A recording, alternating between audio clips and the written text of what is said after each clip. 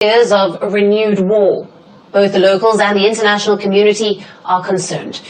They are worried that the history might repeat itself. And what has stoked these concerns is the troop mobilization in Tigray. The Ethiopian federal troops and rebels from the Tigray People's Liberation Front, the TPLF, have massed along the border. Now, according to reports, the two rival troops have positioned themselves. كم نريد لنا كوينات أب قرن أفريقيا كوينات أب سمين إثيوبيا كوينات بقدام يجس زرب زلو أب كبابي تجراي كهاد زخل نكوينات يتزرب زلو برجت أب تجراي تراي مبال نتي ميديا بوجن يرتراز بوجن بلتسجنا نزلو يكون الداخرتنا بلتسجنا كومودما ولا ونتنا تجراي حيلي كوينات ናይ ትግራይ ምስ ብልጽግና ወይ ምስ ኢትዮጵያ ጽቡቕ attention ናይ ሚድያ ኣይምጽን እዩ ስለዚ ኩሉ ግዜ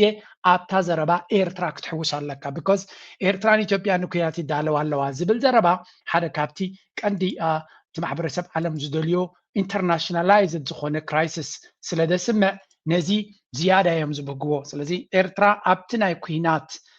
ኩናትን ወረ ኩናትን بغت أتيا كم زلنا نرزلنا زي بحد بكرايسيس جروبز بحال زلوا تراي ديكونس ببزح من قديز وتزلوا أبزون حواويسنا خنريه مخنيات تي أجباب نايتوكينات نتاي كم زمسد قدام يجلس نايتوكينات كم يكون كم زغل زياسم መንግስቲ ኢትዮጵያን ሓይልታት ትግራይን ኣብ ዶባት ክልል ትግራይ ተኣኪቦም ከም ዘለው ኣጃንስ ፍራንስ ፕረስ ሓቢሩ ብመሰረተ ትካል ዜና ፈረንሳይ AFP ዘውፅኦ ጸብጻብ ወተሃደራት ፌደራል መንግስቲ ኢትዮጵያን ሓይልታት ትግራይን ኣብ ዶባት ትግራዮም ተኣኪቦም ዘለው ጀርመናዊ ማዕከን ዜና ዶይቼ ቬለ ዘዘራርቦም ተንተንቲ ፖለቲካ ትግራይ ከም ዝገለጽዎ ድማ ኣብ ትግራይ ዘሎ ወጥሪ እናተጋደደ መጽ እዩ ኣብ ዶባት ትግራይ ወተሃደራዊ ምንቅስቃሳት ከም ዘሎን ህዝቢ ሰላም ንኽሕሉ ኣድላይ ጸቕጥ ንኽግበር ድማ ጸዊዖም ወተሃደራዊ ምንቅስቃሳት ኣብ ዶባት ትግራይ ኣመልኪ ምዕራባውያን ዲፕሎማት በመጥቃስ ማዕከን ዜና አጃንስ ፍራንስ ፕረስ አብዞጾ ጸብጻብ ወተሃደራት ፌደራል መንግስት ኢትዮጵያን ሓይልታት ትግራይን ኣብ ዶባት ትግራይ ተኣኪቦም ኣለው ኢሉ እዚ ናይ ክልቲኦም ወተሃደራዊ ሓይልታት ኣብ ከባቢ ዶብ ማዕዶብ ምስፋር ኣብቲ ዞባ ዳግማይ ኩናት ከይውላዕ ስጋት ዝሕድሩ ከም ዘሎ ድማ ገሊጹ ስሙ ክግለጽ ዘይደለየ ሓደ ዲፕሎማቲክ ምንጪ ምዕራባዊ ሃገር ንአጃንስ ፍራንስ ፕረስ ከም ዝገለጾ ሰራዊት ፌደራል መንግስት ኢትዮጵያ ናብ ዶብ ትግራይ ምጽጉዑ ሓይልታት ትግራይውን ናብቲ ዶብ ንኽጽጉዑ ኣገዲድዎም ኣሎ ክብል ገሊጹ ኣብ ትግራይ በዓል ሞያ ሕግን ሰንታን ፖለቲካን ዝኾነ አይቶ ሙስጠፋ ዓብዱ ንዶይቼ ቬለ ኣብ ዝሃቦ ቃል ድማ ኣብ ትግራይ ዘሎ ኩነታት መሰከፍ ከም ዝኾነ ገሊጹ ኩነታቱ ኣዝዩ ዘፍርሕ እዩ ሰራዊት ምክልኻል ፌደራል ኣብ ኩሎም ዶባት ትግራይ ተኣኪቡ ዘሎ ስለዚ ኩናት ዘይተርፍ ዘምስሉ ነገራት ይረኣየለው ኢሉ ብመሰረት ስምምዕ ፕሪቶሪያ ፌደራል መንግስቲ ዶብ ናይ ምክልኻል ሓላፍነት ኣለዎ ይኹን እምበር ፌደራል መንግስቲ ክገብሮም ዝግብኡ ነገራት ኣለዉ እዚ ኩነታት ዘርእየና ዘሎ ንኩናት መበገሲ ዝኾኑ ምኽንያታት ናይ ምድላይ ኩነታት ይክብልውን እቲ ተንታኒ ወሲኹ ገሊጹ ኣሎ ኣብ ወንበር ውድብ ዓረና ትግራይ ኣይተ ዓምዶም ገብረ ስላሴ በወገኑ ኣብ ትግራይ ዘሎ እዋናዊ ኩነታት ኣዝዩ ኣጸጋሚ ምዃኑ ገሊጹ ኣሎ ከም ትሪእዎ ዘለኹም እቲ ኩናትን ወረ ኩናትን ኣኽር ናይ መወዳእታ ደረጃ በፂሕሎ እዚ ኣልያንስ ፍራንስ ዝበሎ ክኸውን ከሎ ካብኡ ብዘይፍለ ድማ ካልእ ሓደ ዓብዪ ዎርኒንግ ናይ ኩናት ድማ ስምዑ በጦርነት አፋፍ ላይ ናቸው ሲል ኢንተርናሽናል ክራይሲስ ግሩፕ አስታወቀ። የጥናት ቡድኑ ውጥረቱ ወደ ቀጥተኛ ጦርነት ለመቀየር የሰከንዶች እድሜ ብቻ ቀርቶታል ብሏል። ኢትዮጵያና ኤርትራ በጦርነት አፋፍ ላይ መሆናቸውን በስጋት ትንተናው ያመላከተው የግጭት ጥናት ቡድኑ 25 ገጽ በሚሸፍነው ሪፖርቱ የሁለቱ ሀገራት ጦርነት ህዋት ያለበት መሆኑን አመላክቷል። ብልጽግና የኤርትራ ጦርና ህዋት በጦርነት አፋፍ ላይ ናቸው ያለው የጥናት ቡድኑ የቀጠናው ስጋትና የዓለም አቀፍ ማህበረሰብ ጥሪ በስፋት ተንትኗል። በሰሜን ኢትዮጵያ በትግራይ ክልልና በጎረቤት ኤርትራ መካከል ያለው ውጥረት እጅግ አደገኛ ደረጃ ላይ መድረሱንና ቀጠናው ዳግም ወደ አስከፊ ጦርነት ሊያመራ እንደሚችል ዛሬ የካቲት 11 ቀን በወጣው አዲስ ሪፖርት ያስጠነቀቀው ኢንተርናሽናል ክራይሲስ ግሩፕ ጦርነቱ ከተጀመረ ማቆም የማይቻል ነው ሲል ገልጾታል። ይህ ስጋት የመጣው በሰሜን ኢትዮጵያ ተከስቶ የነበረው ደም አፋሳሽ ከም ንሪኦ ዘለና ብርግጽ ማሕበረሰብ ዓለም ደወል ናይ ኩናት ወይ እውን ናይ ተጠንቀቁ ጠጠው በሉ ናይ ዝብል ደወል በተደጋጋሚ ኣብ ላስት ሚኒት ይዛረብ ዘሎ ኣብ ናይ መወዳእታ ሰዓታት ኣብ ዝመስለሉ ዘሎ ደረጃ እዩ ዘሎ ስለዚ እዚ ኩናት እዚ ብልጽግና ነቲ ኩናት እቲ ብኩሉ ዓቕሙ ተበጊስሉ ከም ዘሎ ኢና ንርኢ ዘለና ዳርጋ 70-80 ሚእታዊት ናይቲ ብልጽግና ሰራዊት ናብ ሰሜን ገጹ ተንቀሳቂሱሉ እዮም ዝብሉ ዘለዉ ስለዚ እዚ ማለት ዝርከቡ ሓይሊ ኣኪቡ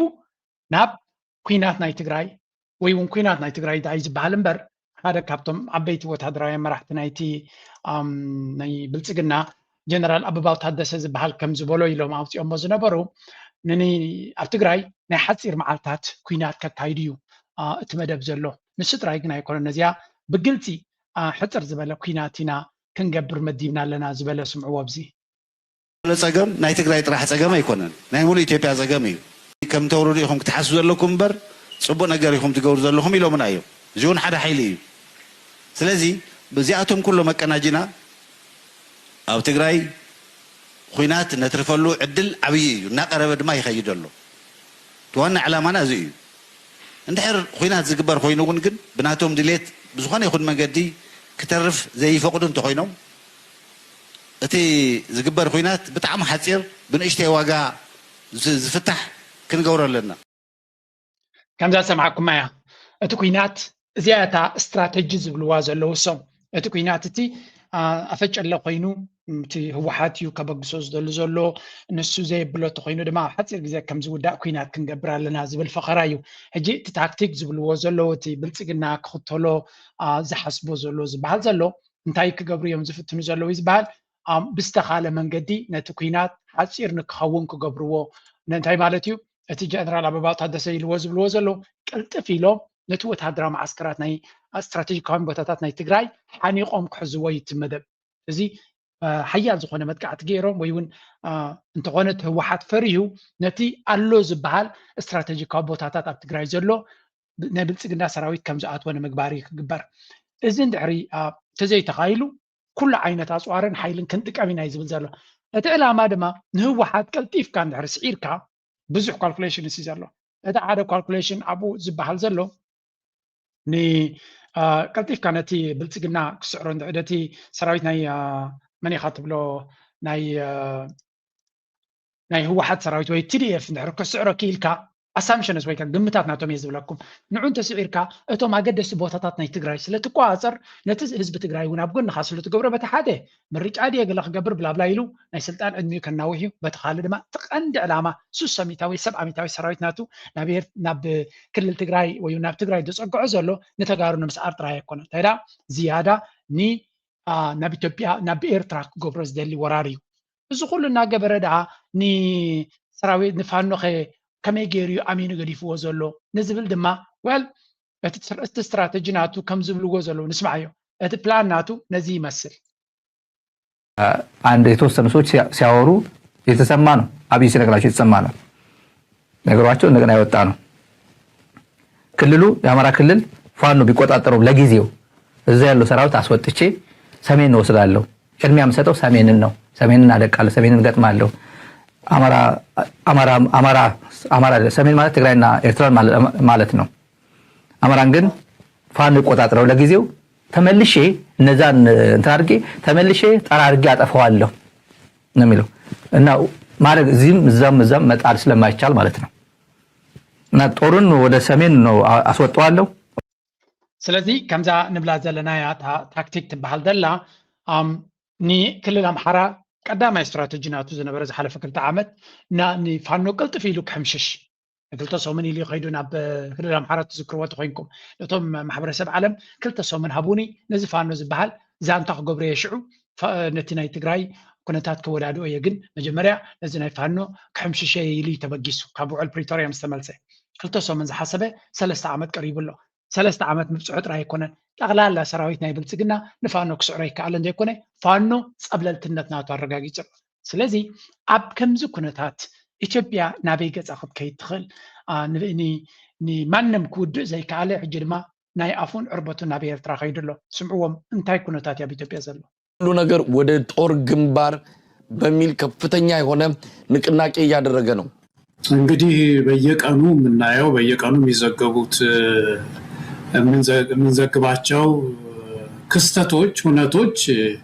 የዛ ኪሳራ ውጤት ነው የሚሆኑት እንግዲህ አንድ ጊዜ ያነሳን ይመስለኛል የፖለቲካ ሰዎች ፖሊ ክራይሲስ የሚሉት አለ ፖሊ ክራይሲስ በአማርኛ ዘርፈ ብዙ ኪሳራ ማለት ነው አንድ ያልሆነ አንድ አቅጣጫ የሌለው ኢኮኖሚ ብቻ ሳይሆን የፖለቲካ ማህበራዊ ጉዳይም በውትድርናውም በሁሉም አቅጣጫ አንድ መንግስት ሲከስር ፖሊ ክራይሲስ ይሉታልና ከም ንሪኦ ዘለና እዚ ኩነታት ኣብ ኢትዮጵያ ኣብ ዘመነ ብልጽግናን ኣብን ኢትዮጵያ ሓደ ዓይነት ፀገም ኣይኮነን ዘለዎ ኢሉ ፖሊ ክራይሲስ ኩሉ ዓይነት ፀገም ዘለዎ ሃገር እያ ይብላ ኣሎ ፐርፌክት ስቶርም ይብልዎ ገሊኦም ብኩሉ ዝተዋሃደ ህቦብላ ማለት እዩ ናይ ፖለቲካ ፀገም ኣሎ ወታደራዊ ፀገም ኣሎ ቁጠባዊ ፀገም ኣሎ ማሕበረሰባዊ ፀገም ኣሎ ኤትኒካዊ ፀገም ኣሎ ሃይማኖታዊ ፀገም ኣሎ ዩ ኔም ኢት ኣብ ኢትዮጵያ ዘየለ ፀገም ከንታይ ኣሎ እዚ ከምዚ ኢሉ ከሎ ኩሉ ፀገምን ብድሆን ዘለዎ ሃገር ኣነ ሓንቲ ክንጥንቀቕ ኣለና ዝብሎ ጥዑይ ሰብ ከም ዘይብላ እታ ሃገር ወይ እውን ብሓደ ጥዑይ ኣእምሮ ዘለዎ ሰብ ትመሓደር ዘላ ሃገር ኣይኮነ look at this እዚ ሰብ እዚ ብፍጹም ዝግድሶ ኣነስ ኣብ ኣእምሩ ብዙሓት ሰባት ደንቆሮ እዩ ኣርሒቁ ይሓስብን እዩ ኩነታት ናይ ነገራት ኣፋኺስካ ናይ ምርኣይ ክእለት ኣለዎ ዘሎ ፀገማትን ሽግርን ብዕምቆት ክርድኦም ዝኽእል ሰብ ኣይኮነን ዝደሊ እውን ሰብ ኣይኮነን ይብሉ በዓል ጀዋር ካልኦት ምሁራት ኢትዮጵያ they're absolutely right ሓቆም እዮም እዚ ሰብ እዚ ፍጹም ኣብ ናይ በይኑ ዓለም ዝነብር ዘሎ ሰብ እዩ ከምዚኦም ዓይነት ሰባት ድማ ተቐደም ለባም ከሎ ወይ ከዓ ተባዕ ከሎ ንበሎ ጌታቸው ረዳ ኢሊ ከምዚኦም ዓይነት ንእሽተይ ኣእምሮ ዘለዎም ሰባት ኣብ ዓብ ቦታ እንተጌርካዮም ዓብ ፀገም ክፈጥሩልካ ዝኽእሉ እዮም እዩ ዝብል ዘሎ because this guy ነዛ ዘላ ናይ ሎሚ ዘላ ኢትዮጵያ ዘመሓድር ዘሎ he doesn't care እዚ እጂ ኣብ ሓደ ቦታ ናይ ወለጋ ማለት እቲ ሸነ ኦላ ዝቋፀሮ ቦታ ኸይዱ ኣብኡ ድራማ ይገብር ኣሎ ገለ ፕሮጀክት ናይ ኮሪዶር ልምዓት የልምዕ ኣለኹ እዩ ዝብል ስለዚ የልምዕ ኣሎ ድያ የልምዕን ኣፍኮርስ እቲ ከተማ ብምሉ ልቺ ተወላሊዑ ገለመለ ማልመም ገለገለ ስራሓት ዝሰርሕ ግን እንታይ ዓይነት ፀጥታን ሰላምን ዝበሃል ዘይገድሶ መራሒ ምዃኑ በዚ ካ ትፈልጥ ስለዚ ነዚ ንሱ ዝገብሮ ዘሎ ሸው ድሕሪ ናይ ቱርክ መራሒ ኣብ ሃገርካ ሰላምን ርግኣትን ኣምፅእ ኣብ ቀርኒ ኣፍሪካ ዝኾነ ይኹን ኩናት ክግበር ኣይንደሊና ዝብል ተሪር ዝኾነ መዘረባ ምስምዑ ነዚኦም ኩሎም ናቱ ኣዳኸርቲ ዝኾኑ እንኮላይ ንበዓል ጌታቸው ረዳ ሓዊስካ ኣብቲ ከተማ ከም ዝዞሩን ሃገር ሰላም ከም ዘላ ኩሉ ናይ ምዕባለን ግስጋስን ጉዕዞ ከም ዘሎ ንከምስል ይፈቲኑ ግን ናይ ኣብ ነገር ኩሉ ነገር ዘይሰልጦ ምክንያቱ ነቲ ሚድያ ንሱ ጥራይ ኣይኮነን ዘለዎ እቶም ካልኦት ሓይልታት እውን ኣለው እዮም ንኣብነት ነዚ ዝገብሮ ዘሎ ኦላ መግለፂ ውፅኡ ነይሩ እንታይ ኢሉ ውፅኡ ነይሩ ኣብ ድራማ ይገብር ከም ዘሎ እዚ ድራማ እዚ ድማ ብሕማቅ ክውዳእ ዝኽእል ድራማ ከም ዝኾነ ሓደ ካብቲ ኢሎሞ ዝነበሩ ፅሑፍ ኣውፅኡ ነይሩ እቲ ኦላ ወይ ከዓ እቲ ኦሮሞ ሊበሬሽን ፍሮንት ዝበሃል ሓደ ፅሑፋዊ ኣርቲክል ኣውፅኡ ነይሩ እንታይ ኢሉ ውፅኡ ነይሩ ኣብይ ኣሕመድስ a visit to ወለጋ ነዚ ጉዕዞ ናቱን ወለጋ ዝገበረ ኢሎም ፋኖ እቶም ኦላ ኣውፅኦም ሸነ ኣውፅኦም ዝነበሩ ማለት እዩ እንታይ ዝብል ዘሎ after being warned against regional destabilization by the Turkish president yesterday, Abiy Ahmed staged a visit to selected corners of Walaga this morning. The purpose and the messages are be Erdogan, Tayyip Erdogan ናይ ቱርኪ ሰላምን ርግኣትን ኣብ ሃገርካ ግበር ኣብ ቀርኒ ኣፍሪካውን ምንጭ ናይ ዘይርግኣት ኣይትኹን ኢሉ ስለ ዘጠንቀቆ ይመስለኒ ሓፊሉ ሓደ ሓደ ሸው ይገይሩ እዮም ዝብሉ ዘሎ ኣብ ወለጋ ኣብ ሓደ ኮርነር መፅኡ ዝገበሮ ሸው ይብል ኣለዉ by showing ability to travel to Walaga ናብ ወለጋ ክንቀሳቀስ ከም ዝኽእል ንኸርኢ he wanted to manufacture the illusion of authority in Oromia. No Oromia comes to Oromia abidu comes to look at easy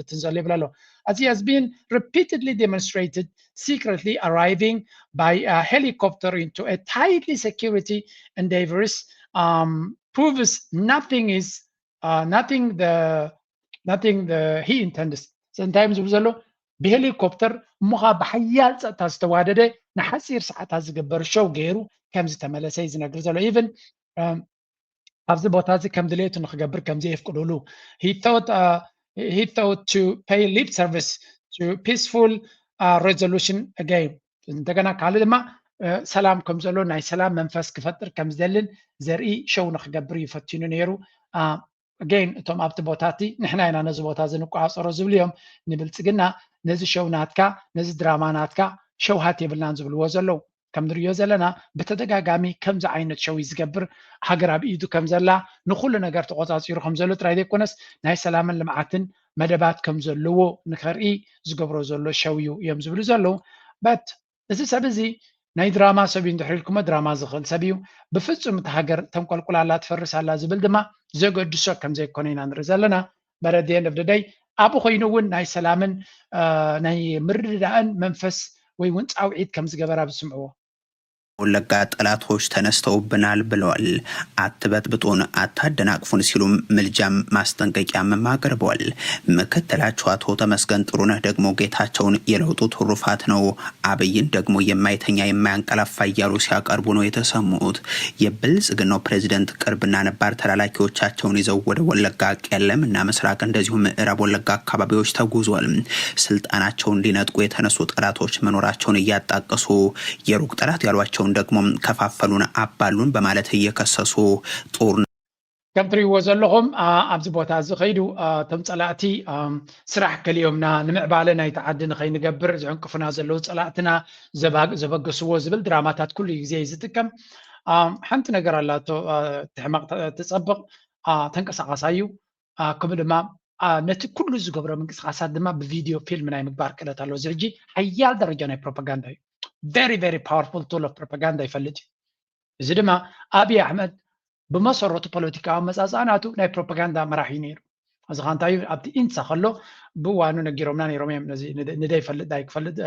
ክሕበር ዝኽእል እምበር እዚ ሰብ እዚ ብመሰረቱ ናይ ፕሮፓጋንዳ ክኢላ እዩ ነይሩ። ሓሶትን ፕሮፓጋንዳን እታ እንኮ ፔጅናቱ እንተተገይራ ኮይና ዛ ዶክትሬት ኣለኒ ዝብላ በዛ ዓውዲ እዚኣ ጥራይ ክትከውን ትኽእል እምበር ነዚ ነገር እዚ ሊቃውንቲ ናይ ሓሶትን ናይ ሸፈጥን ናይ ምትላልን ስራሕ ሓደ ካብቶም ሞየን ባዕሉ እውን ሓሳዊ በኢትዮጵያ ውስጥ ግንባር ቀደም ሐሰተኛ መረጃ አመንጪ አከፋፋይ ጠቅላይ ሚኒስትር አብይ አህመድ ናቸው። በግላቸው ከቀን ውስጥ ከ5 እስከ 8 ሰዓት ፌስቡክ ላይ የሚያወሉ ዲፓርትመንት ፌስቡክ ባለፈው በኢንሳ በኩል ኦፕሬት ያደርጉ የነበሩ ሰዎችን ዘግቷል። ናይ ሓሶት ሊቃውንቲ ኣብዚ ሃገር እዚያ ናይ ብልጽግና መራሒ አብይ አሕመድ እዩ። ስለዚ እቲ ኢንሳ ዝበሃል ናይ ናሽናል ኢንተሊጀንስ ወሬቨር ድብልዎ ናይ ስለያ መደበር ቀንዲ ስራሕ ናቱ ኣብ ባይታ ዘሎ ስለያ ገለ ጥራይ ዘይኮነ ኣብ ሶሻል ሚድያ ከመይ ጌርካ ስእሊ ወይ እውን ኢሜጅ ሽምን ዝናን ናይ አብይ አሕመድ ንላዕሊ ይመፅእ በፍንጫ እዚ ኻንታዩ ነፍሲ ወከፍ ሻካ ተኸሎ ጥራዮም ዘይስእልዎ እምበር ነፍሲ ወከፍ ምንቅስቃስ ናቱ ብቪድዮ ብሃይ ኳሊቲ ቪድዮ ተሰሪዑ ብኩሉ ዓይነት መጋየፅን መፀባበቕን ፎቶሾፕ ተቐናቢሩ ብዝለዓለ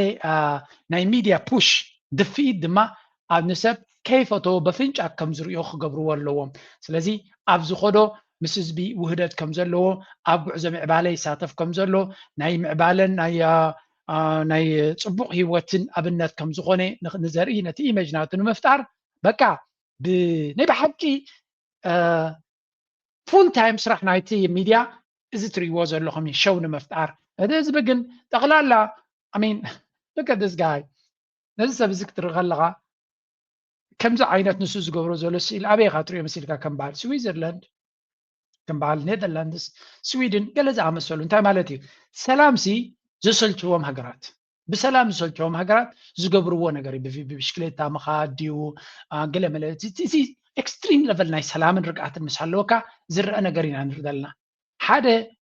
ድሮናት ናቱ بتخكل حزب السرات يا زلوا I mean I'm going to give a report نسبة بشكلتا enjoy قبرالو درونات ناتون أسوار ناتون دما أبز خدو انتاي قبرالو كريكمي سلازي كمز عينات مراحين عند رزالنا كمز عينات مراحي بفتسو مورال زبال زيبلو نهزبو بعلو زت فزلو look at this listen to this one sorry ዛዝ በአማራ ህዝብ ላይ የሚፈጽመውን የድሮን ጭፍጨፋ እንደቀጠለ ነው። በተለይም በሸዋ የትምህርትና የጤና ተቋማት መውደማቸው፣ ተማሪዎች ላይ ተከታታይ ጥቃት መፈጸሙ ቁጣን ቀስቅሷል። የብልጽግና መከላከያ ሰራዊት በሚፈጽመው የድሮን ጭፍጨፋ በርካታ ትምህርት ቤቶችና የጤና ተቋማት መውደማቸው በቀጠለበት ሁኔታ በንጹሃን ላይ የሚደርሰው እልቂት በየዕለቱ በመጨመር ላይ ነው። የአፋብን ሸዋ ጠቅላይ ግዛት እዝ አገዛዙ በንጹሃንና በመሰረተ ልማቶች ላይ የቀጠለው የድሮን ጥቃት በጦር ወንጀል የሚያስጠይቀው ነው ብሏል። በየትኛው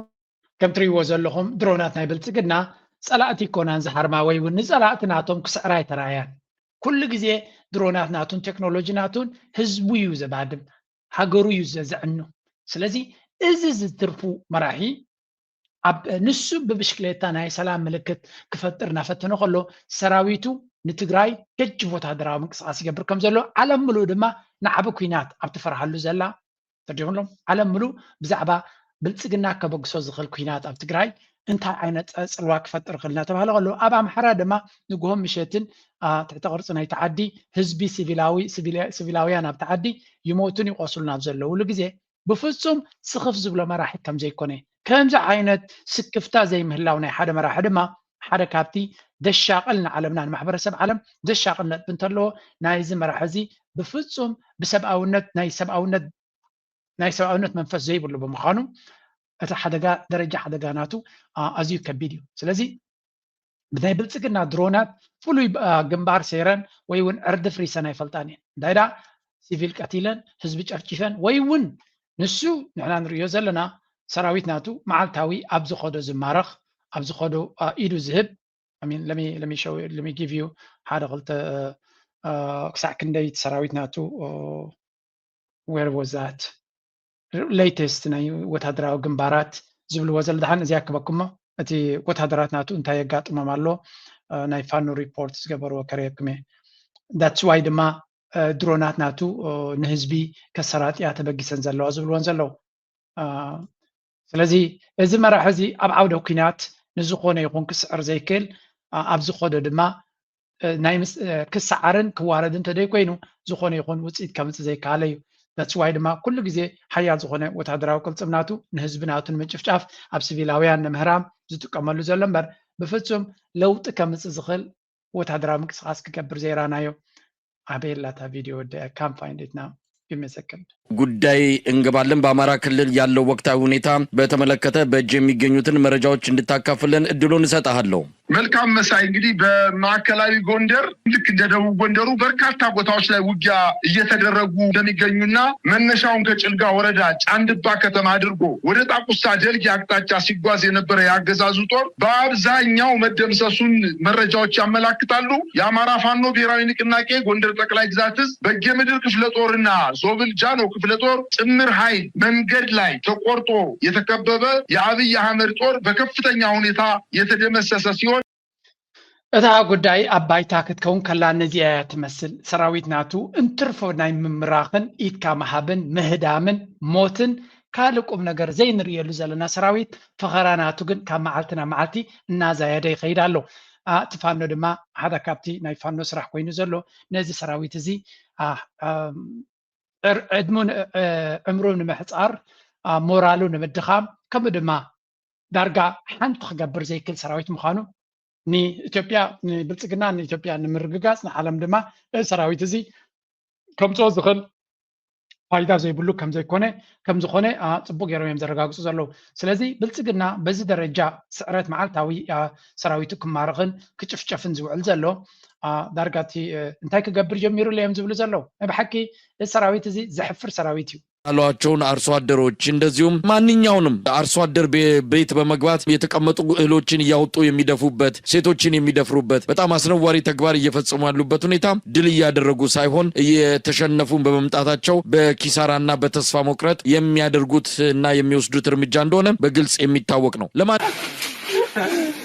ሂስትሪ ወዘለኹም ቫይራል ኮይኑ ዘሎ ቪድዮ እዩ እንታይ ስኻ ሰራዊት ናይ ብልጽግና ኣብ ክልል ኣምሓራ ብዝወርዶ ዘሎ ስዕረትን ውርደትን ተስፋ ስለ ዝቆረፀ ኣብ ልዕሊ ህዝቢ ኣምሓራ ፋኖ ዘይንስኹም ኢኹም ትምግብዎም ዘለኹም ዘይንስኹም ኢኹም ትሕግዝዎም ዘለኹም ናበለ ስለ ዝብል ዘሎ ኣብ ሓረስቶት ኣትዩ እኽሎም የፍስስ ገዛውቶም የፍርስ ደቂ ኣንስትዮ ይዕምፅ ኩሉ ፀገማት ዘሎ ብዓለም ድማ ኣብ ልዕሊ ህዝቢ ኣምሓራ ይገብር ኣሎ እንታይ ዘርእየካ እዚ እቲ ኣብ ኤርትራ ዝፍፀም ዝነበረ ግፍዒ እዩ ዝድገም ዘሎ ስለዚ ሓደ ሰራዊት ሃገራዊ ሰራዊት ዘይኮይኑ ዓሌታዊ ሰራዊት ኮይኑ ናይ ዓሌት አጀንዳ ዘለዎ እንድሕር ኮይኑ ኣብ ካልእ ቦታ ክኸይድ ከሎ ዝፍፅሞ ተግባር ነዚ ስለዚ እቲ ትማሊ ኣብ ክልል ትግራይ ከምዚ ተፈፂሙ ሰራዊት ኤርትራ ከምዚ ገይሩ ዝብሎ ዝነበረ መን እዩ ዝገብር ሪል ታይም ኤቪደንስ ኢና ንርኢ ዘለና ኣብ ኩልነት ዝተመርኮሰ ጭብጢ ኢና ንርኢ ዘለና ናይ ብልጽግና ሰራዊት ኣብ ክልል ኣምሓራ ብቪድዮ ዝተቐድሐ ኣብ ገዛውቲ ናይ ኣምሓራ ኣትዩ ዝገብሮ ዘሎ ስርቅን ዘመታን እሱ ጥራይ ዘይኮነ ከዓ ኢንጆይ እዮም ዝገብርዎ ዘሎ እዚ ሕርሻዊ እቶት ናይ ህዝቢ ኣምሓራ ናይ ሓረስቶት ኣምሓራ ከምዚ ገይሮም ብምብታንን ብምብልሻውን ዝወራዘ ዘሎ ሰራዊትና ንርኢ ትማል ኣብ ትግራይ ድማ ቀተልዎም ብረት ከይከሰርኩም ኣጥፍዎም ኣቃፅልዎ ተዓዲ ዝብል ዝነበረ ብቪድዮ ዝተቐድሐ ሰራዊት እዩ እዚ እቲ ሰራዊት ኣለኒ ናበለ ዝፍክረሉ እዚ ሰራዊት እዚ ነቶም ሰባት ረኺቡ ሕማቅ ክገብር ቪድዮ እንተደይ ተቀዲሑ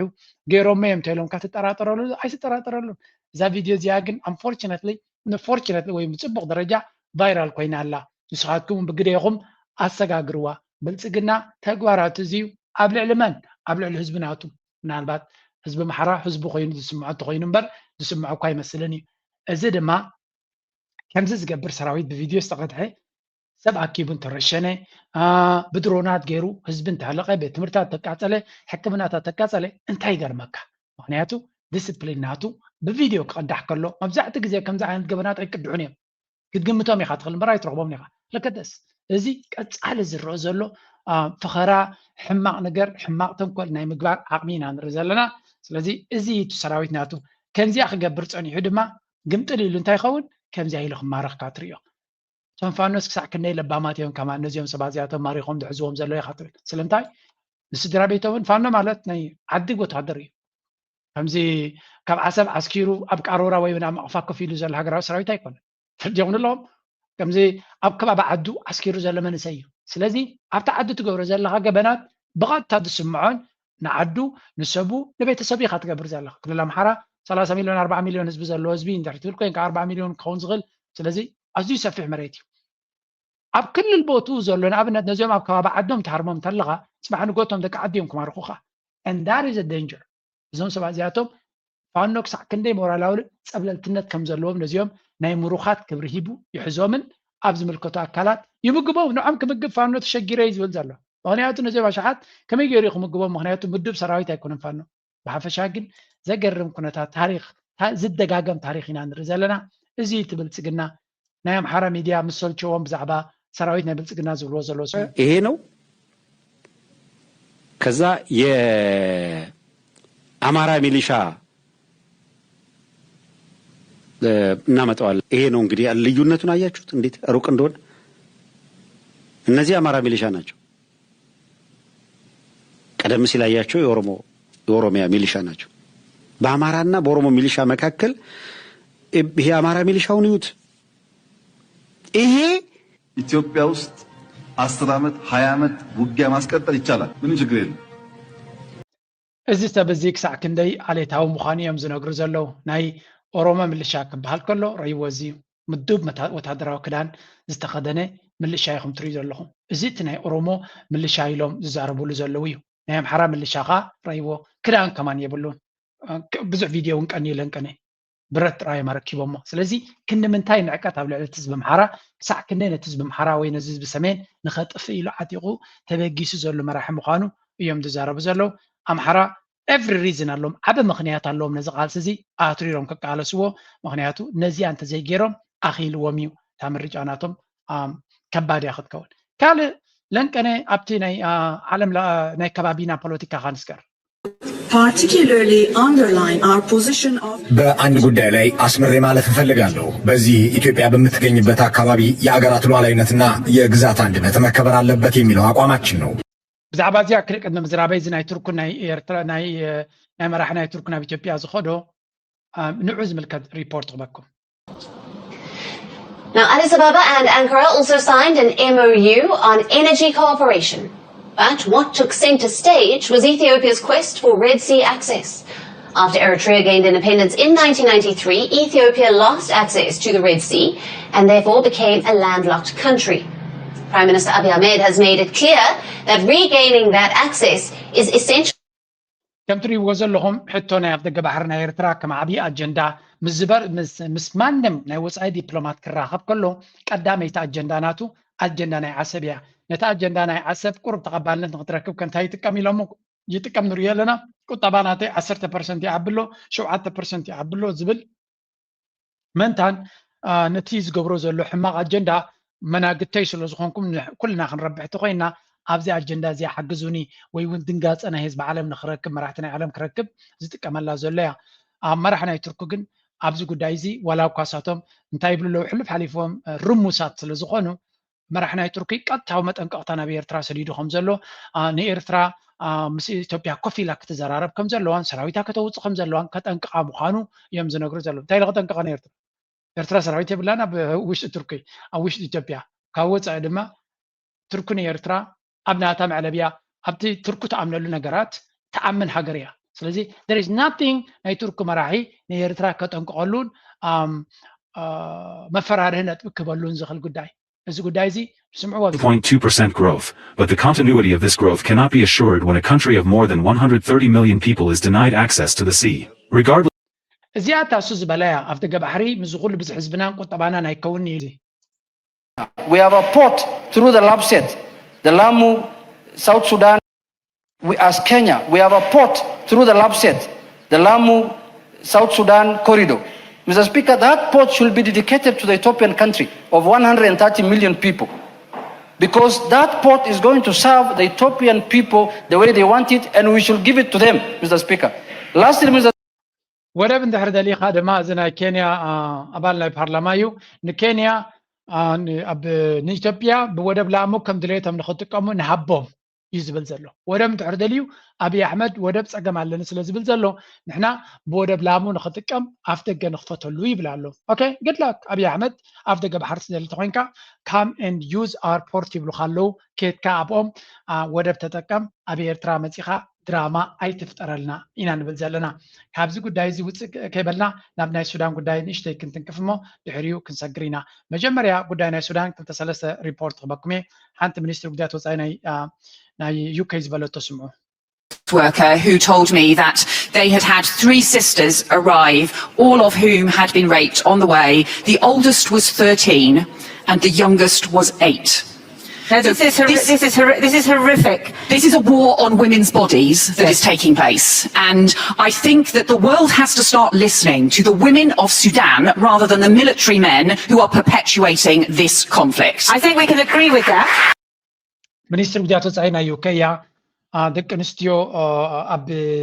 ኣብ ሱዳን ክሳዕ ክንደይ ይዕመፃ ከም ዘለዋ ሽም ከይጠቐሰት እያ ትዛረብ ዘላ እዚ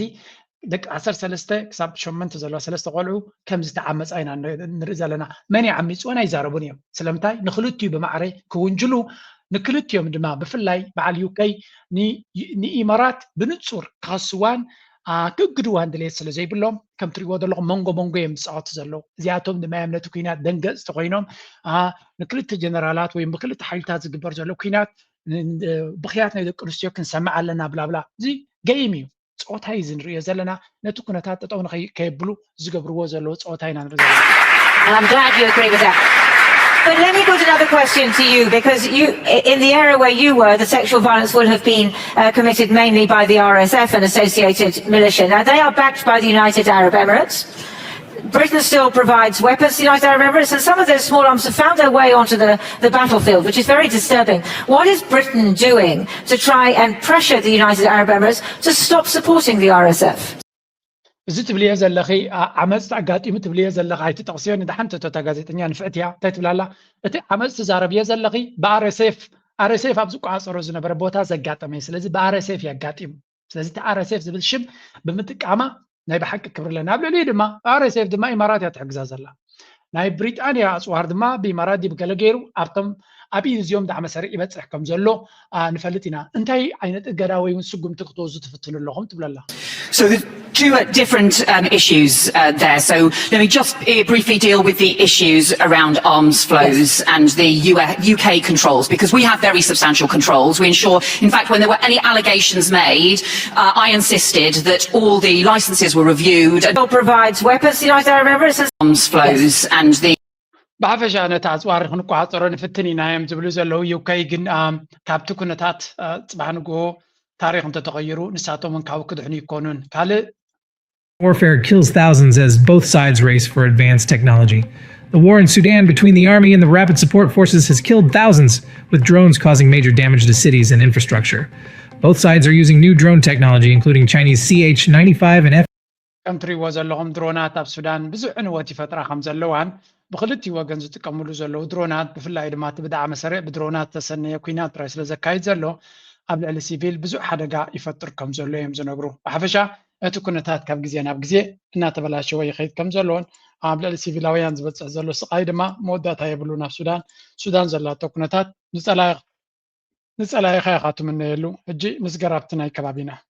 ከም ዝኽእል ሓደ ፀብፃበ ጠንቂቑ እቲ ብዓለም ለኻዊ ትካል ፓን ኣፍሪካን ኣጀንዳ ኢንስቲትዩት ዝተዳለወ መደብ ጸብጻብ ኣብ መንጎ መንግስቲ ኢትዮጵያን ሕወሓትን ውጥረት እናዓበየ ኣብ ዝኸደሉ ዳግማይ ግጭት ከይውላዕ ኣብ ዘስጋኣሉን ዘሎ እዋን እዩ ዝቐርብ ዘሎ እቲ ጸብጻብ ስምምዕ ፕሪቶሪያ ድሕሪ 3 ዓመት እውን ቀዋማዊ ምሕዳስ ፍትሒ ዳግመ ህንጸትን ዘላቂ ዕርቅን ዘጠቃለለ እወታዊ ሰላም ከምጽእ ከም ዘይከኣለን ኣሉታዊ ሰላም ጥራይ ከም ዘፍረየን ይድምድም ኣብ ሓደጋ ከእቱ ከም ዝኽእል ሓደ ጸብጻብ ጠንቂቑ መጠንቀቕታታት ብየማንን ጸጋምን ለክዕ ከም መዓልታዊ መግቢ ክውሕዙ ኢና ንርኢ ዘለና እዚ ድማ ይቕጽል እቲ ብልጽግና ፕሮፓጋንዳናቶም ድማ ከተለያዩ አካባቢዎች እየወጣ ወደ ኤርትራ ድንበር አዋሳኝ ስፍራዎች እየተንቀሳቀሰ ይገኛል። ይህን ተከትሎ ጦርነቱ አይቀሬ ነው የሚለው ድምጽ እጅጉን እየጎላ መጥቷል። እሱ ጉዳይ አይደለም የምናነሳው ከነዚህ ሁለቱ ሀገራት ጀርባ ያሉ ሀገራትን ነው የምንቃኘው። በዋናነት ደግሞ ቱርክን፣ ሳውዲ አረቢያ እንደዚሁም ደግሞ አረብ ኤምሬትስ ትዊተር ላይ ከሰሞኑ አንተም ሲሰራጭ የተመለከትከው ይመስለኛል። የህይወታቸው እንዳለፈ እንደተመረዙ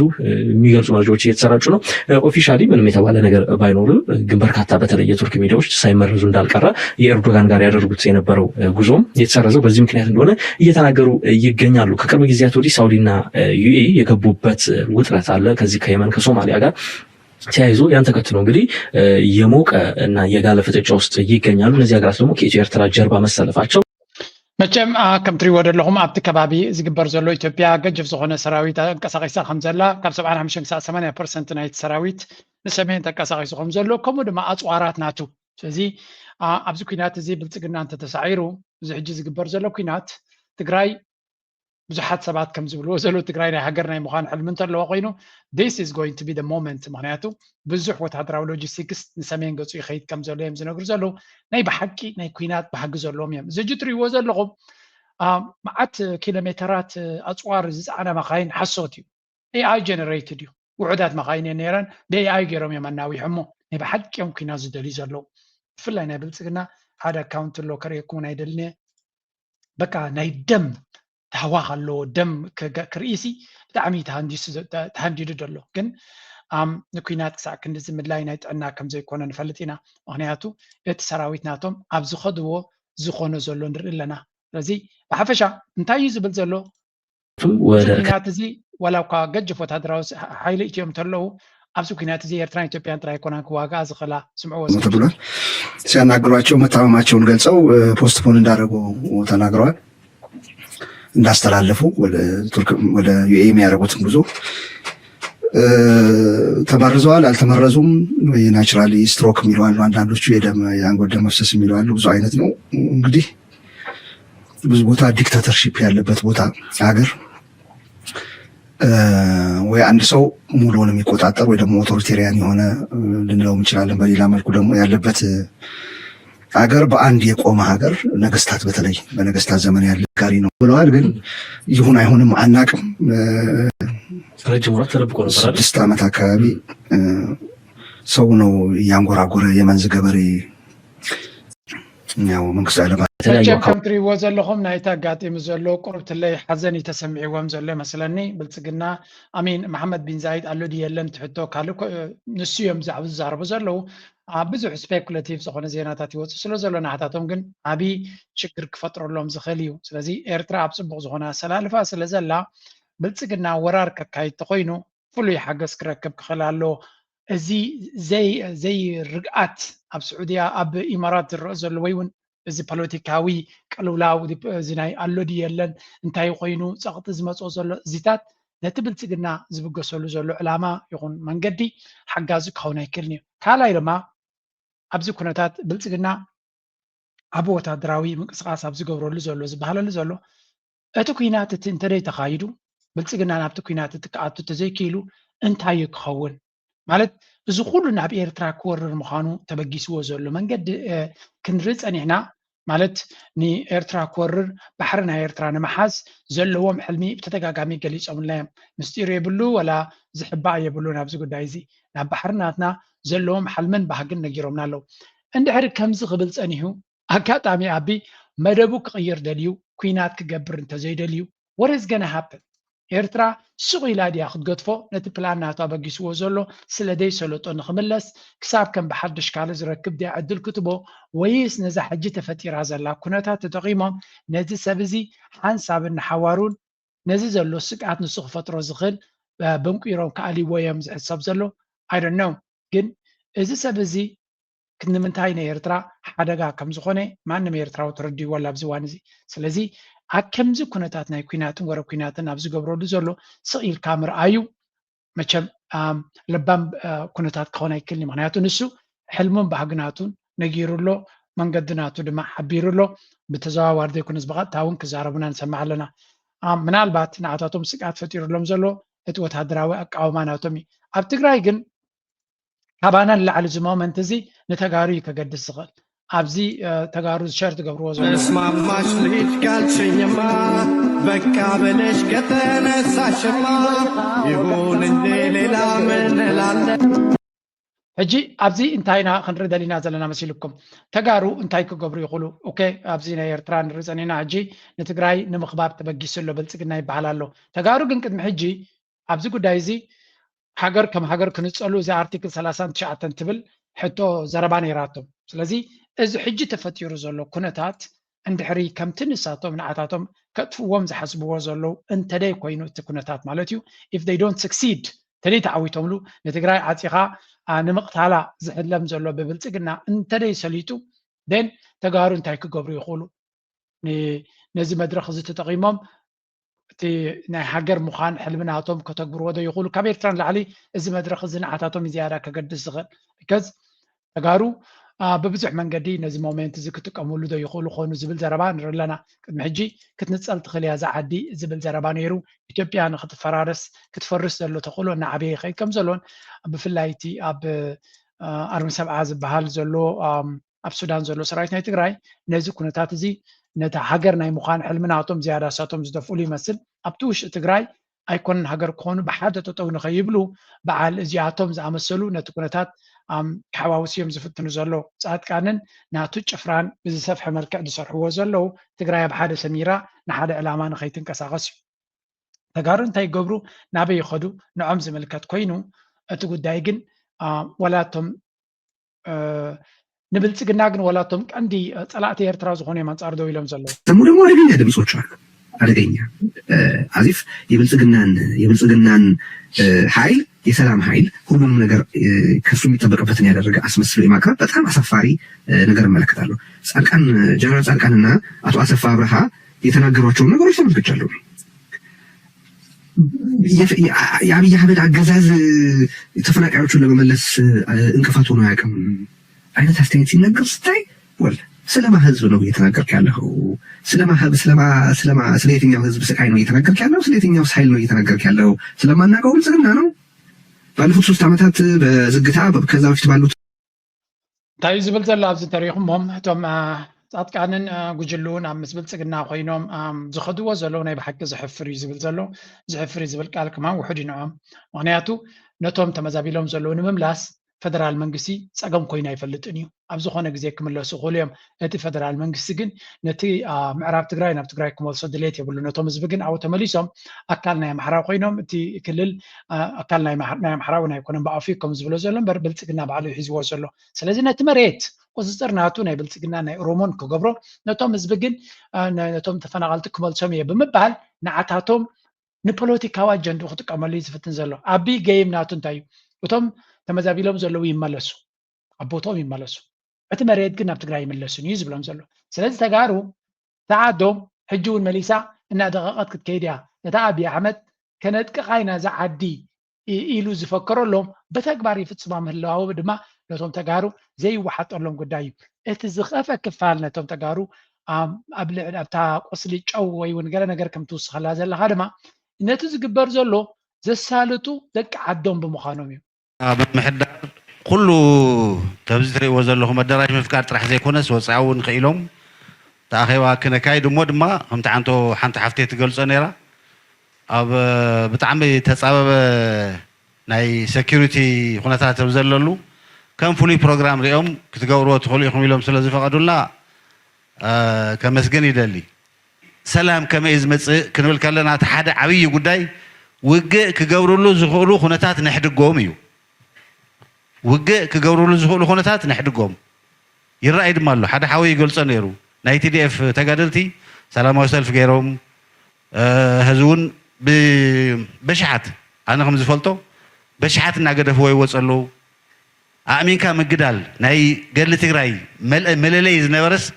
هذه عبد حريت توكوست جيركا كواقع مقداد قدم نسحق له زنبرنا نخونو زنبرنا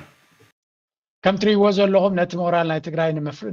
نبودا بكل من قد عاتقه تبقيسو زلو مخانو بزي خاطري سلامتاي اتي ميديا بزاربو زلو سراويت ناي إثيوبيا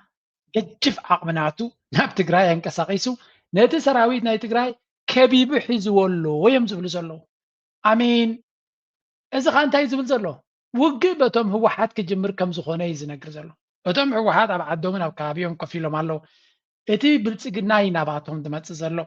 كل تزبحال زلو ناي بلصقنا سراويت يخبوم كم زلو يزنقر بكل منقدنا كبابهم دحر خيدو دما ساتهم قدن يوم قبر مالسكبو نفسهم ككلاخلو بوتهم كحزو سلازي عكم زي مدرخ كله كم بعد ساعات كان انتهي صوتوا له مالو نتزبي ناي بحكي متصاوتي ناي بوليتيكا نات غيرهم سلازي ناي تغارو بدهو اتزعبي بدهو خوين زلو وشتاو صقامي ناي دغه صلايهم كمكتو مخالو نيرم عدلهم كريو مخالو نيرم اتصقام خوينوم زلو تزعبي اتي كم بعد ساعات كان زعمسلو نتوشتاو كنت دايناميكس ناتهم بفصم بحدا كسرحو كم زي كلو نتزلو شجر ممليسو انات حلاله خنك خيد كجبر زجبر زول حيلينا نرزالنا سازي افدر سؤال سيلت اتي كونتات نايتيك او سي ناي تግራይ يكون ناي مقله يكون ناي كال اب كبيت وطر الله سراويت ناي بلصقنا نتعد كبيبوالو بقطبا اوزاتون زوصن دريتوالو بكل منገድ كم زي انقساقسو بغورروم حزوم علاب زبحال زلو بحال ساعات كان دما هو حاتي وق خجمر زدل زلو سلازي ات سراويت كم زي بقس ننفسو كلاخل كم زي كل جبرو منتان بلصقنا اتيو دليت نخ جبرمو نتي هو حد زبحال نعو ابتا كرسي كف قبلو ابتا قدامي كرسي ديم كف قبلو ولا سبتا مختل يوم كجبرو نسوكا بريزنتي خونز دلي سلازي نزا سلطان دما كسب ناي مودا تايق على سلالو نرلنا نتا سلطان دما يق على سلالو ديكونسي مسمنم حيلي نتزبنا تفعفعيتيو نعو كرسي زركبو مسوك سرح زغلي سلازي كم زياتهم عينت هل خنياتات ناي كرسي فلو يفقر زلهم سبات بحكي حمامو ما يلقباب عن ابترز بناي خاطبل توم برقص مسو سرح زلون اكزاكتلي كمنا بوغن يرترا تقامتي بحالتيتهم مسو حقبقب زبلو زلون تمساسال بحرن اكايدان زلوم يا سلازي اجين نريو زلنا مدرخ ازيو كبيد مدرخ እቲ ፖለቲካ ድማ ከመይ ሊቀያየራሎ ትግራይ ድማ ከመይ ዝበለ ሓሸውያት ያላ ንትግራይ ትዛዕበየ ብድሆናታ ድማ እዚ ሕጂ ንሪዮ ዘለና ኩነታት ጥራዮም ዝብሉ ዘሎ ብዙሓት ካብ ወፃኢ ትግራይ ነፍሳ ክትከላኸል ወይ እውን ነቲ ኩነታት ክትብድህ ዝበለፀ ዕድላት ነይሩዋ ወይ ዝበለፀ ተኽእሎታት መሃለዋ ነይሩ ምክንያቱ ትግራይ ካብ ካልእ ግዜ ፍልይ ብዝበለ ነፍሳ ክትከላኸለሉ ትኽእል ወይ እውን ካብቲ ዕፅዋን ክባን ክድሕነሉ ትኽእል ፀላእታ ድማ ስትራቴጂካሊ ከም ዝጎድል ገይሮም ኣለዉ ንኣብነት ቀጻል እንታይም ዝብሉ ዘሎ ሰራዊትና ኤርትራ ኣትዩሎ ሰራዊትና ኤርትራ ኣብቲ ቦታ ትሽግር ፈጥራ ኣሎ ሓሶት እዩ እዚ ሓሶት ምዃኑ ተጋሪና ኣሎ ሰራዊቱ የፀግዕ ከም ዘሎ ብልተፈላለዩ ምስልታት ንሪኦም ኢና ኩሉ ዝሪኦ ዘሎ እዩ ምዚ ተታሒዙ ሰራዊት ኤርትራ እውን ኣትዩ ይበሃል እዩ ልብል ከም ውድእ ብዝተፈላለዩ መንገድታት ነዚ በሪፋይ ክንረጋገፀ ነገር የለ ሰራዊት ኤርትራ ምእታው ዝምልከት ካፍቶም ዘይስሩዕ ዝኾነ ሓበሬታት ብዝምልከቶ መንገዲ ክነፃር ሞኪርና ኢና ነዚ እውን ብዋናነት ትግራይ የመሓድር እየ ዝብል ግዜያዊ ምሕዳር ትግራይ ከም ናይ መንግስትነት ሓላፍነት ወሲዱ again እዚ እውን ዲባንኪንግ ሓደ ካብቲ ዲባንክ ምግባሪ ሰራዊት ናይ ኤርትራ ኣትዩሎ ንዝብል እሱ እውን ከምዘየለ የነፅሩ ኣለዉ ሰራዊት ናይ ኤርትራ ዝኣተወ የብሉ ዋላ ዘበለ የብሉ ብልፅግና እዩ ውግእ ዝደሊ ዘሎ ኣብ መወዳእታ ሓንቲ ነገር በዚያ ጌርና ጥራይ ክንውድኦ ንኽእል ኢና ምክንያቱ ኤርትራ ነዚ ጉዳይ እዚ ንምምላስ ኣብ ሓላፍነት ስለ ዘለዋ ሓደ ካብቲ ሓላፍነት ድማ ኤርትራ ኣብዚ ጉዳይ እዚ ብተደጋጋሚ ትኽሰሶ ዘላ ቅድሚኡ መለዚ ያከረየኩም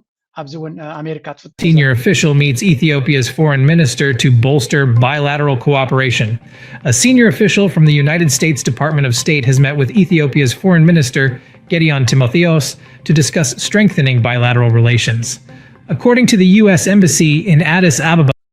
ኣሜሪካ ብሓደ ዲፕሎማትናታ ጌራ ምስ ብልጽግና ከም ተራኸበት እዩ ዝንገር ዘሎ ክሳብ ሕጂ ግን ኣፅዋራቱ ዘንቀሳቕስ ዘሎ ጠጠው ንኸብልዎ ማንም ዝኻለ የለን ኤርትራ ነቲ ዝካየድ ዘሎ ኩነታት ብመንገዲ ኣቶ ሚኒስትር ሓበሬታ ኣቶ የማነ ገብረ መስቀል ጌራ መሊሳትሎም ኣላ ብልጽግና ብዝተፈላለየ ንሱን ተደናገፅትናቱን ኣዳኸርትናቱን ካብ ግዜ ናብ ግዜ ምክንያት እናቀየሩ ካልእ ዘይጭበጥ ኩነታት እናልዓሉ ኣብ ደገ ባሕሪ ዝብል ነገር ይደፍእዎ ከም ዘለዉ ይዝንገር እዚ ከዓ ብዝተፈላለዩ መንገድታት ገይሩ ዝመፅእ ዘሎ ገለ ካብቲ ብተደጋጋሚ ዝስማዕ ካባቶም እቲ ናይ ምስፍሕፋሕ ሕልምናቶም በዚ ሓይሊ ባሕሪ ንምግባር ንኣብነት ንቀይሕ ባሕሪ እተን ኣብኡ ዘለዋ ሃገራት ፀጥታ ናይ ቀይሕ ባሕሪ ከውሑሳ ስለዘይከኣላ ንሕና ሓይሊ ባሕሪ ጌርና ኣብ ፀጥታ ናይ ቀይሕ ባሕሪ ኣበርክቶ ክንገብር ዝብል ይርአ ማለት እዩ እዚ ፈፂምካ ካብ ጥምዙዝ ኣእምሮ ዝብገስ ዘሎ ኣዘራርባ ቀይሕ ባሕሪ ፀጥታ ናይ ቀይሕ ባሕሪ በተን ሃገራት እትያተን ክወሓዝ ዝኽእል ከም ዝኾነ እዩ ዝንገር ኤርትራ ድማ ኣትሪራ እያ ትዛረብ ዘላ ኣብዚ ጉዳይ እዚ ካልእ ቁጠባ ናይ ኢትዮጵያ ብዝተፈብረኸ ቁፅርታት ይዓቢ ከም ዘሎ እናተዛረብካ ምስ ድማ ነቲ ቁጠባ ንኸይዓቢ ሕፅረታት ኮይንዎ ዘሎ በቲ ሓደ ብዙሕ ህዝቢ ስለ ዘለና በቲ ካልእ ድማ ንቁጠባና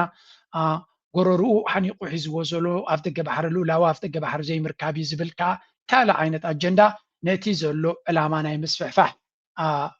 ዝድፈኣሉ ዘሎ እዩ ካልእ እዚ ናይ ብብልፅግና መራሕናቶም ዝመፀ ነዚ ጎለን ሄይትስ ዝበሃል እስራኤል ሒዛቶ ዘላ ንምንታይ ዝብል ናይ ምስፍሕፋሕ ሕልሚ ናይ ካልኦት ሓይሊ ናይ ካልኦት መሬትን ባሕርን ሒዝካ ንሃገራዊ ድሕነተይ ኣገዳሲ እዩ ዝብል ምክኒት ንምጥቃም ዝግበር ዘሎ ምዃኑ ኤርትራ ትገልፅ ኣላ ስለዚ ኤርትራ ነዚ ጉዳይ እዚ ብብዙሕ መንገዲ ነዞም ብልፅግና ናባና ገጾም ዘበግስዎ ዘሎ ወይ እውን ዝጥቀምሉ ዘለው በተደጋጋሚ ኣብ ሶሻል ሚድያ ትምልስ ኣላ እያ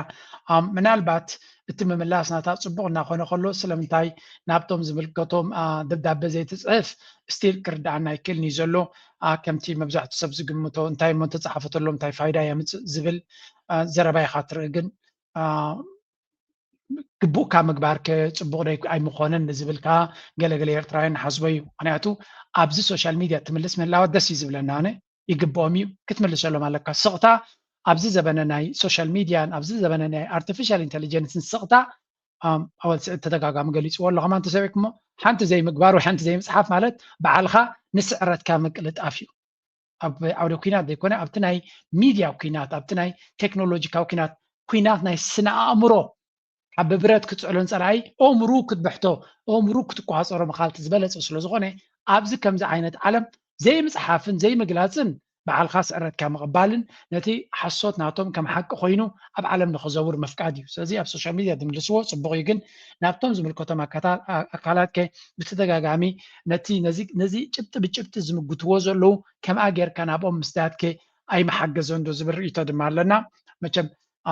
ዝኸውን ይገብሩ ክኾኑ ይኽእሉ ኣይሆፕ ይገብርዎ ይህሉ ዋላ እንተገበርዎ እውን ኣብ ሶሻል ሚድያ ክወፅእ እንተዝኽእል እውን ከምቲ ፀላእትና ዝገብርዎ ዘለው ኣብ ማይ ከፍአን ዝብል እምነት ኣለኒ ግን ካብ ሓሊፍና ናብቲ ናይ ኤርትራ ፅቡቅ እስከ ንዝገር ሳምሶም ሰለሞን እትለ ሃገራዊት ጋንታ ቅድም ብሽክሌታ ኤርትራ ኣብ 8 መድረኻት 993 ኪሎ ሜትር ኣብ ሽፍን መበል 18 ዙር ሩዋንዳን ምስታፍ ወግዓዊ ስነ ስርዓት ምፍናው ተገይሩላ ወኪል ሪና ዮናታን ዕብየን ዘዳለዎ ፀብጻብ ሚካኤል ሓድጉ ከቅርቦ እዩ ካብ 22 ክሳብ 1 መጋቢት ኣብ ዝካየድ መበል 18 ዙር ሩዋንዳ ንትሳተፍ ሃገራዊት ጋንታ ቅድም ብሽክሌታ ትማል 17 ለካቲት ኣብ ቤት ፅሕፈት ኮሚሽን ባህልን ስፖርትን ወግዓዊ ናይ ምፍናው ስነ ስርዓት ተገይሩላ እዛ ብኣሰልጣኒ ሳምሶም ሰሎሞን እትእለ ሃገራዊት ጋንታ ንተቐዳደምቲ ምራው ቅዱስ ሄኖክ ሙሉ ብርሃን ናሆም ዝረኣይ ያፌት ሙልጌታ ናት መድሓኒት ትጥርነፍ ዳይሬክተር ቤት ፅሕፈት ኮሚሽን ባህልን ስፖርትን ኣቶ መኮነን ጎይቶም ኣብ ዘስምዖ ቃል ተቐዳደምቲ ከም ናይ ዝሓልፈ ዓመታት ድሙቕ ዓወት ከመዝግቡ ዘለዎ ጽኑዕ እምነት ገሊፆም ፕሬዚደንት ሃገራዊ ፌደሬሽን ቅድም ብሽክሌታ ኣቶ ተመስገን ረዳ በወገኑ ተቐዳደምቲ ንብቕዓቶም ብናይ ጋንታ መንፈስ ደሪዖም ንዓወታትን ደረጃን ሃገራዊት ጋንታ ክኽልዑ ትፅቢት ከም ዝግበረሎም ኣዘ this is a big team ሓያል ጋንታ ያ ኤርትራ ሰሊፋ ዘላ ሓያል ጋንታ ናይ ብሓቂ ኣሜን ቱር ናይ ሩዋንዳ ዓብዪ ቱር ኣብ ኣፍሪቃ ዝዓበየ እዩ ስለዚ ሄኖክ መርሃዊ ናሆም ኣሜን ሰለስተ ቢግ ስታርስ ኣሰሊፋ ዘላ ከምኡ ድማ መድሃኔናታን ከምኡውን ሙሉጌታ ያፍየት ሳቶም እውን ኣዝዮም ስለዚ ኤርትራ ኣዝዮም ሓያላት ተፃወቲ ሒዛ ቀሪባ ዘላ ተስፋ ንገብር ዓወት ከተድረና ቅድሚ ሕጂ ኢልና ኢና ነዚ ሃገራዊ ማልያ ገይሮም ክፃወቱ ከለዉ ካብቲ ንጋንቶም ዝፃወትዎ ንላዕሊ እዮም ንኤርትራ ክብሪ ዝህቡ ምክንያቱ ሃገራዊ ማልያ ገይሮም ስለ ዘለዉ ብኤርትራ ደረጃ እዩ ዝፅዋዕ ወላ ኣብቲ ካልእ ዝገብሮ እውን ተመሳሳሊ እንዲ ግን ኣብዚ ናይ ሃገራዊ ፀወታ ኣዝዩ ኣገዳሲ እዩ ኤርትራውያን ኣብ ሩዋንዳ ዘለኹም ድማ ነዛ ጋንታ ዝኣክል ድጋፍ ከም ትገብሩላ ቅንጣብ ጥርጥር የብልናን ሩዋንዳ ብዙሓት ኤርትራውያን እዮም ዘለዉ ስለዚ ኣብ ፅቡቅ ቦታ ዳርጋ ካብ ዓድና ወፃኢ ኣብ ዓድና እዩ ዝግበር ዘለዎን ክበሃል ይኽእል ይኸውን እዩ ኤርትራውያን ድማ ንኤርትራ ጥራይ ዝውክሉ ዘይኮኑስ ንኣፍሪቃ ሙሉእ ዝውክሉ ተወዳደርቲ እውን ስለ ዝኾኑ ብሓቂ ሕጉሳት ኢና ከምዚ ኢሎም ክንሪኦም ሙሉእ ዓወት ንምንየሎም ኣጆኹም ክንብሎም ንደሊ ኣጆኹም ናትና ዘድልዮም ግን ኣይኮኑን ግን ኣጆኹም ምባል ድማ ኣይነቋርፅ ናይ ሎሚ መደብ ኣብዚ ክውድየ ንሃገራዊት ጋንታ ብሽክሌታ ኤርትራ እስኬ ናይ ፅቡቅ ዕድል ዝብል ምርቃ ግደፍሎም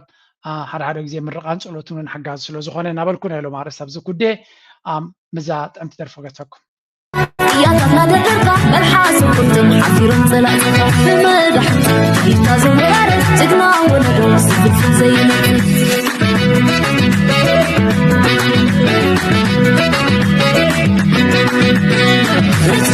ما انت همنا الحليف ورزقات حماية عفو من سلامات السنير توفر من عقلو